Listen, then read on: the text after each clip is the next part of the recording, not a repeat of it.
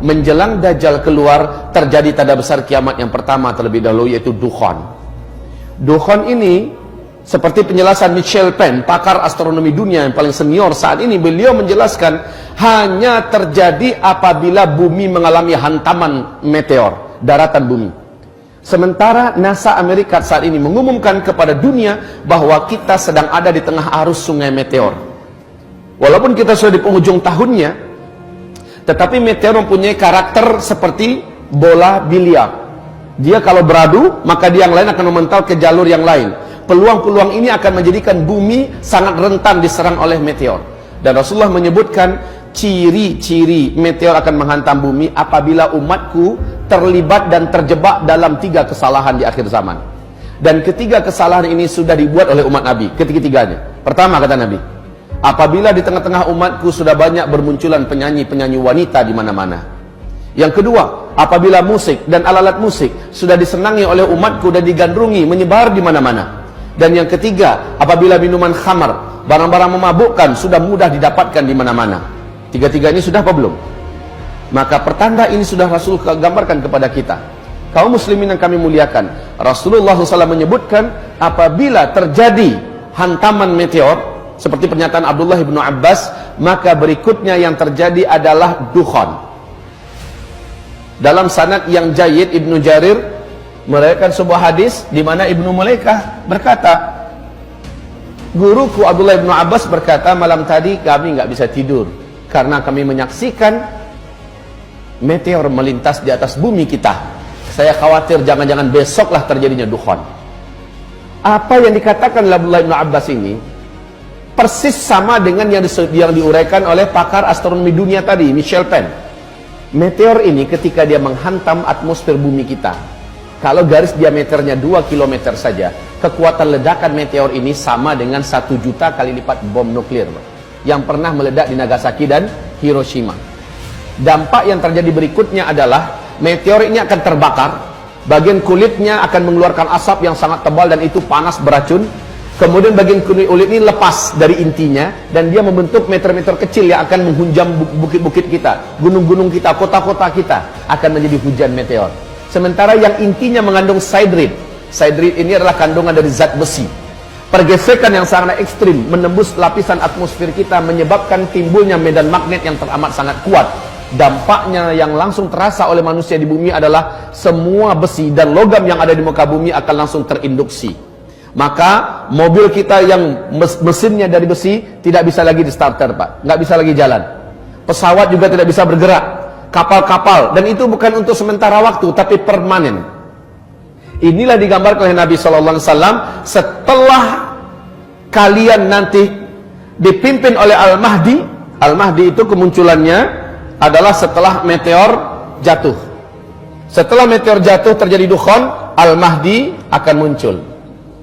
Al-Mahdi inilah yang akan memimpin umat Islam di sini. Nah, kaum muslimin yang kami muliakan, Rasul bersabda, saat Al-Mahdi nanti muncul, kalian sudah kembali seperti zaman sekarang. Tidak ada teknologi. Kalian akan berperang bersama Al-Mahdi menggunakan pedang, menggunakan tombak, menggunakan panah, dan zaman-zaman itu adalah zaman jihad, kata Rasulullah. Zaman-zaman itu adalah zaman perang, di mana banyak para syuhada yang akan diambil oleh Allah ke langit.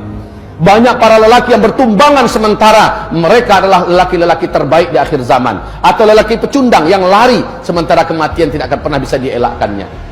Kaum muslimin yang kami muliakan, zaman di mana kita hidup sekarang, kita akan dihadapkan kepada fenomena yang sangat berat ini. Taib, meteor ini jatuh, semua teknologi musnah.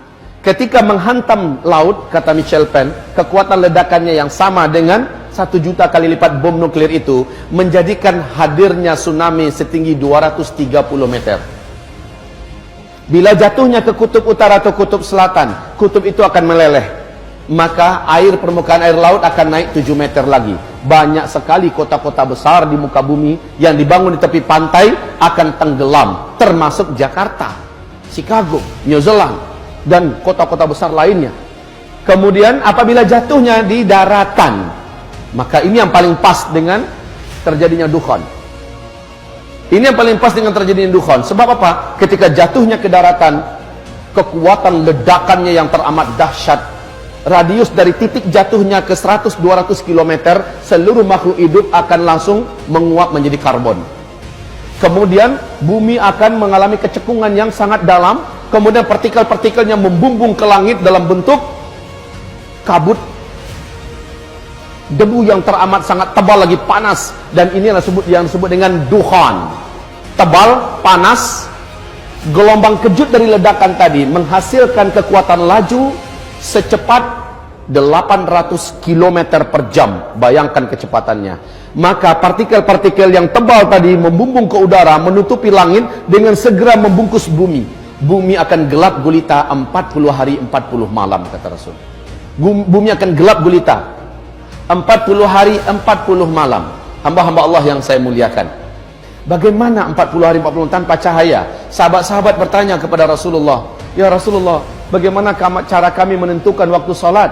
Nabi mengatakan, salat kalian kira-kirakan saja ketika itu. Siapapun yang berusaha melihat, walaupun telapak tangannya didekatkan ke wajah seperti ini, dia tidak akan mampu melihat apa-apa, gelap gulita. Setelah matahari kembali nampak, dukhan tersisi, ya, kita akan dikejutkan dengan pemandangan lain. Apa itu? Bumi akan diselimuti oleh debu yang sudah mengendap ke daratan, tebal di mana-mana. Bangkai-bangkai berserakan, bangkai-bangkai burung, bangkai kucing, bangkai anjing, binatang, dan banyak tanam-tanaman yang juga mati. Bayangkan 40 hari 40 malam nggak ada cahaya matahari, dan itu panas, Pak. Saking panasnya, kata Rasul, seluruh orang kafir di muka bumi ini melepuh kulit mereka. Jadi orang-orang kafir yang nggak sempat menyelamatkan diri, mereka akan melepuh seperti kita masuk open, Pak. Orang Islam yang banyak buat dosa sebelum itu terjadi, amalnya sedikit, imannya tipis, sama tersiksanya dengan orang kafir. Tapi orang beriman yang imannya bagus, ketika itu terjadi, amal solehnya sebelum itu banyak, dia akan selamat.